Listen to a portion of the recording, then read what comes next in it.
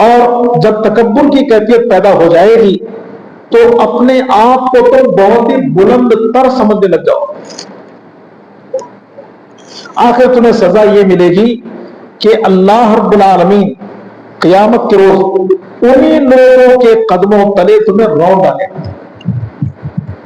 یعنی عمر رضی اللہ تعالیٰ عنہ نے انہیں یہ نصیحت فرمائی کہ لوگ تمہیں کہانی بیان کرنے پر، قصہ بیان کرنے پر ابھارتے ہیں تو تمہارے اندر ایک شوق سا پیدا ہو جائے گا اور یہ خود پسندی کی طرف تمہیں لے جائے گا، اور جب خود پسندی تمہارے اندر آ جائے گی تو یہ تمہارے حق میں بہتر نہیں ہوگا.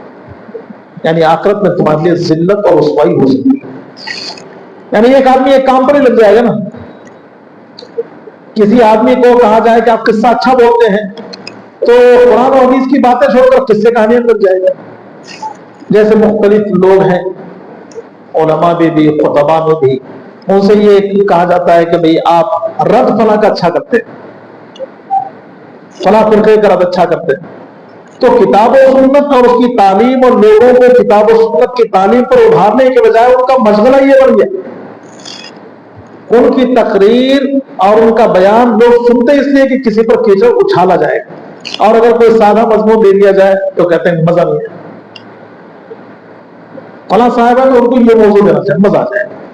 تو پھر وہ آدمی بھی بیان کرنے کے لیے کچھ ملے نہ ملے لوگوں کو مزہ دینے کے لیے ادھر ادھر کی کچھ باتیں بیان کر دے.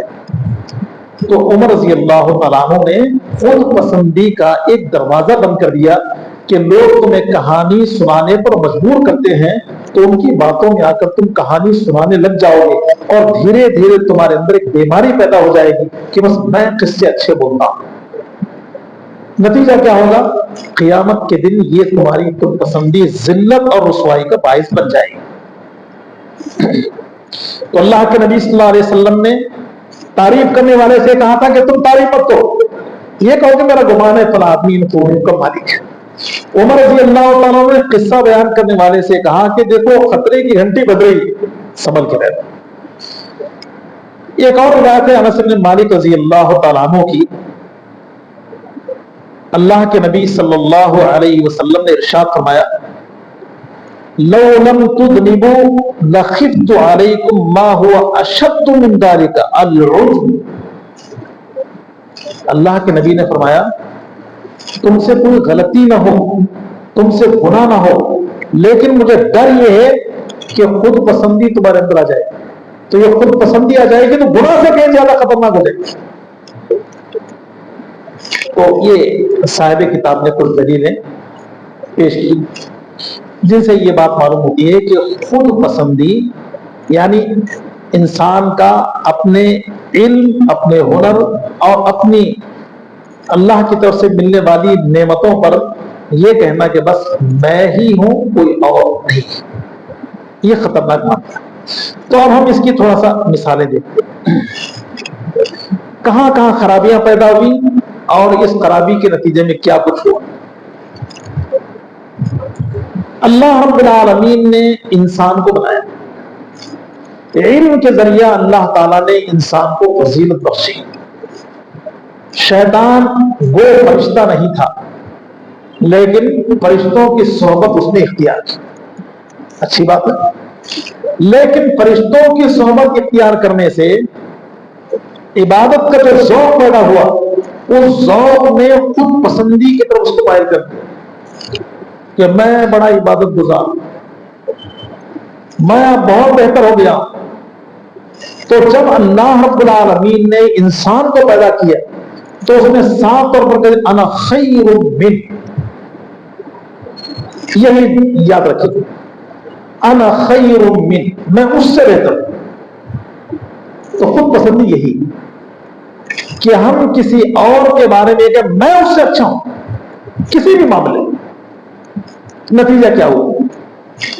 شیطان کے اندر، ابلیس کے اندر خود پسندی آ گئی، اور جب انسان کے مقابلے میں اس نے یہ کہا انا خیر من تو انجام کیا؟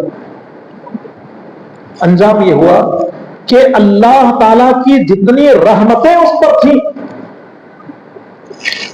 اللہ نے اپنی تمام رحمتیں اس سے چھین لی، تمام نعمتیں اس سے چھین لی، اور اپنی رحمتوں سے دور کر دیا. کہا تم مردود ہے، نکل جائے. تو معلوم یہ ہوا کہ انا خیر منہ کہنا یہ شیطان کا جملہ ہے. آدم علیہ السلام کے ایک بیٹے نے، حابیل اور قابیل کا قصہ ہم سنتے ہیں قرآن میں. ایک بھائی دوسرے بھائی کا دشمن بن گیا، اور اس دشمن بننے کے اندر یہی معاملہ تھا، انا خیر منہ، میں اس سے بہتر. تو آدم علیہ السلام نے کہا بھائی آپس میں تم کیوں لڑتے ہو؟ کون بہتر ہے اور کون بہتر نہیں ہے اس کا فیصلہ کون کرے گا؟ ایسا کرو قربانی تم اللہ کے ہاں پیش کرو، جس کی قربانی قبول ہو جائے گی وہ بہتر ہے، یا اس جھگڑے کے اندر وہ حق بچا گی. ٹھیک ہے، قربانی پیش کی گئی، اور قربانی جب پیش ہوئی تو اللہ نے حابیل کی قربانی کو قبول کر لیا، قابیل کی قربانی کو قبول نہیں کیا. اور قابیل یہ دعوے دار ہے کہ میں بہتر ہوں. اب جو جھگڑا چل رہا تھا اس میں اپنے آپ کو مستحق وہ سمجھ رہا تھا، جو بھی جھگڑا چل رہا تھا. نتیجہ کیا ہوا؟ انا خیر من، میں اس سے بہتر ہوں. یہ جو دل میں بات پیدا ہوئی تو اس نے اپنے بھائی کو اپنے سامنے کھڑا ہونا پسند نہیں کیا. میرے سامنے کھڑا تھا، یہ نظر نہ آئے، پھر قتل کر دو اسے. روئے زمین پر پہلا قتل قابیل نے حابیل کا کیا، ایک بھائی نے بھائی کا. نتیجہ یہ ہے کہ جب کوئی آدمی برائی کی داغ بیل ڈال دیتا ہے، اس کے بعد جتنے لوگ اس برے کام کو کرتے ہیں تو اس پہلے آدمی پر گناہ کا حصہ آتا ہی رہتا ہے.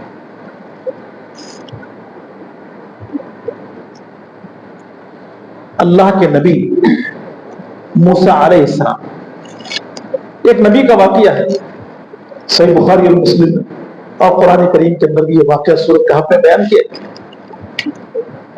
موسیٰ علیہ السلام نے لوگوں کے سامنے خطاب کی، تقریر کی، اور تقریر بڑے اچھے انداز میں کی. سننے والے متاثر ہو گئے، اور ان متاثر ہونے والوں میں سے ایک آدمی نے کہا روئے زمین پر آپ سے بڑا بھی کوئی عالم ہے؟ تو موسیٰ علیہ السلام کی زبان سے نکل گیا نہیں، مجھ سے بڑا کوئی عالم نہیں. یہ خود پسند. دیکھیے عبرت کے لیے ہم ایک نبی کا واقعہ بیان کریں. اللہ رب العالمین کو یہ بات پسند آئی. اللہ نے کہا کہ اے موسیٰ آپ مجمع البحرین پر ہمارے ایک بندے سے ملاقات کریں. خضر علیہ السلام، ان سے ملاقات کرنا نے حکم دیا. موسیٰ علیہ السلام اپنے شاگرد یوشع بن نون کو لے کے وہاں پہنچے اور خضر علیہ السلام سے ملاقات کی اور کہا کہ میں آپ کی صحبت اختیار کرنا چاہتا ہوں. تو انہوں نے کہا کہ دیکھیے میری صحبت اختیار کرنے کے لیے، میرے ساتھ رہنے کے لیے بہت صبر کرنا پڑے گا. موسیٰ علیہ السلام نے کہا ٹھیک ہے صبر کرنا. لیکن موسیٰ علیہ السلام سے صبر نہ ہو سکا. دو تین باتوں کے اندر جدائی ہوگی.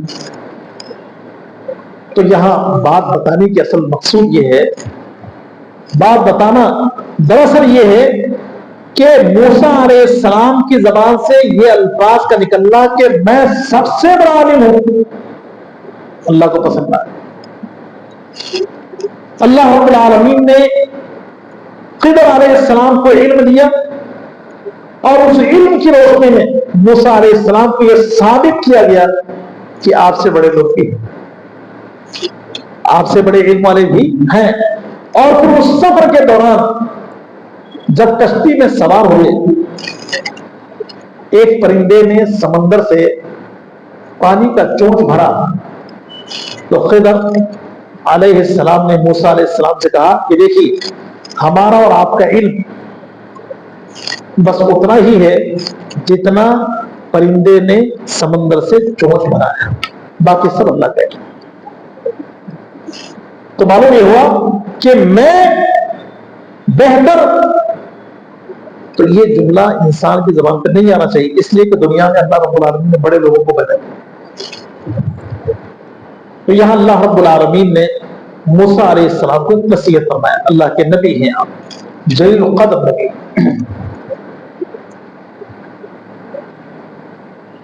ہمارے نبی صلی اللہ علیہ وسلم کے اصحاب, ان کے اندر یہ عجب, خود پسندی ایک موقع پر آ گئی تو پھر اللہ رب العالمین نے کیا معاملہ کیا. جب تعلق اللہ رب العالمین سے جڑا ہوا تھا تو اللہ تعالیٰ نے فتح اور کامرانی عطا فرمائی, عزت اور سر بلندی بخشی. بدر میں 313 تھے, 1000 پر غالب ہو گئے. فتح مکہ کے موقع پر 10,000 صحابہ کرام, اللہ رب العالمین نے مکہ تو بغیر لڑائی کے فتح کروا دیے.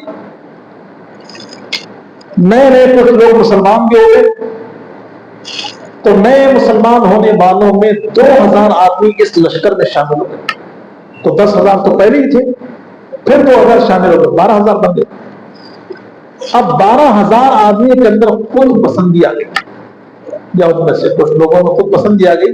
جیسے اللہ نے قرآن بیان فرمایا, اذ اعجبتکم کثرتکم, تمہاری کثرت نے تم کو تعجب میں ڈال دیا, خود پسندی تمہارے اندر آ گئی. سیرت کی کتابوں میں یہ بات لکھی ہوئی کہ صحابہ اکرام کے دلوں میں یہ بات آئی کہ جب ہمارے پاس کچھ نہیں تھا, تعداد میں بھی کم تھے, اب تو ہم غالب آ گئے. آج تعداد میں بہت زیادہ ہیں, اب تو سوال ہی نہیں پتا مار کھانے کا.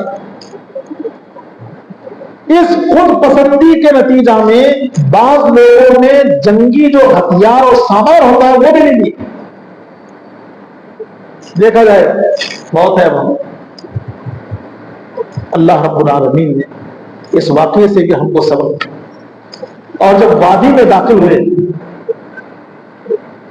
حنین کی طرف جانا تھا, وادی میں داخل ہوئے تو دشمن نے پہلے ہی سے مورچے سنبھالے گئے تھے, پہاڑیوں پر بٹھا دیا گیا تھا. وادی میں جیسے ہی داخل ہو گئے, تیروں کی بوچھار کر دی. صحابہ کرام کے قدم ڈگمگا گئے, پیٹ پھیر کے نکلنے پہ مجبور ہو.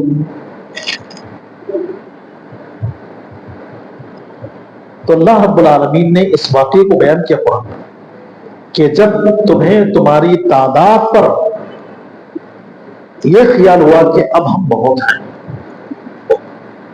تو اللہ نے تمہارے ساتھ کیا معاملہ کیا. اور پھر اللہ نے اپنے احسان کو بیان کیا, اپنی نعمت کو بیان کی کہ اللہ رب العالمین کے فضل اور اس کے احسان سے پھر اللہ نے تمہیں کامیابی دے دی. یہ وقتی طور پر ایک سبق سکھا دیا گیا, پھر اللہ رب العالمین نے کامیابی دی دی.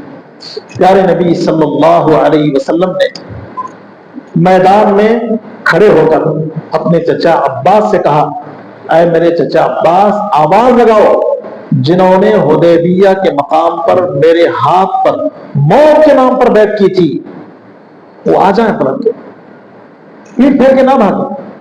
عباس رضی اللہ تعالیٰ اونچی آواز سے پکارا, رسول میدان میں ہیں, آ جاؤ. ایک وقت وہ تھا کہ احد میں صحابہ کرام نے ایک نعرہ دیا, موتوا علی ما مات رسول اللہ صلی اللہ علیہ وسلم. اللہ کے نبی کے انتقال کی خبر ہو گئی تو صحابہ نے کہا کہ نبی کے بعد ہمیں زندہ رہنے کا کیا حق حاصل ہے. جس راستے پر نبی نے وفات پائی ہے اس راستے پر ہماری بھی موت آ جائے. پھر اسی جذبے کے ساتھ صحابہ اکرام پلٹ کے آئے. نتیجتاً اللہ رب العالمین نے کامیابی دی, اور ایسی کامیابی دی کہ آج سے پہلے اتنا مال غنیمت کبھی مسلمانوں کے ہاتھ نہیں ہے. اور اللہ کے نبی صلی اللہ علیہ وسلم کی پیش گوئی ثابت ہو چکی.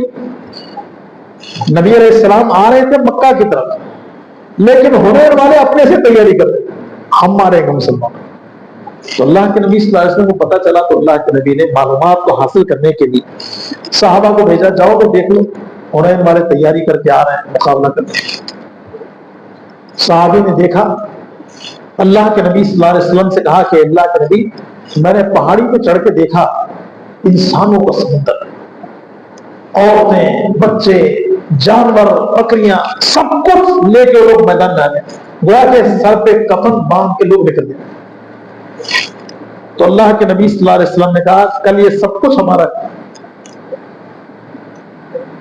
یعنی اللہ رب العالمین ہمیں کامیابی دے گا، یہ سب کچھ ہمیں مل جائے گا۔ ویسے ہی ہوا کہ اللہ کے نبی صلی اللہ علیہ وسلم کی پیش گوئی سچی ثابت ہوئی اور اللہ نے مسلمانوں کو ایک سبق بھی سکھایا اور کامیابی بھی دے دی۔ تو کہنے کی بات یہ ہے کہ خود پسندی یہ اچھی نہیں۔ ہم نے کچھ مثالیں ابھی آپ کے سامنے بیان کی، صاحب کتاب نے کبیرہ گناہ میں، بڑے بڑے گناہوں میں اس کو شامل فرمایا۔ اللہ رب العالمین ہمیں اس قسم کے گناہوں کی پہچان عطا فرمائے تاکہ ہماری نیکیاں محفوظ ہوں اور اللہ رب العالمین کے ہاں ہم شکر گزار بندے بن سکیں۔ اللہ مجھے اور آپ کو نیک توفیق عطا فرمائے، آمین۔ وآخر دعوانا الحمد للہ رب العالمین، والسلام علیکم ورحمۃ اللہ وبرکاتہ۔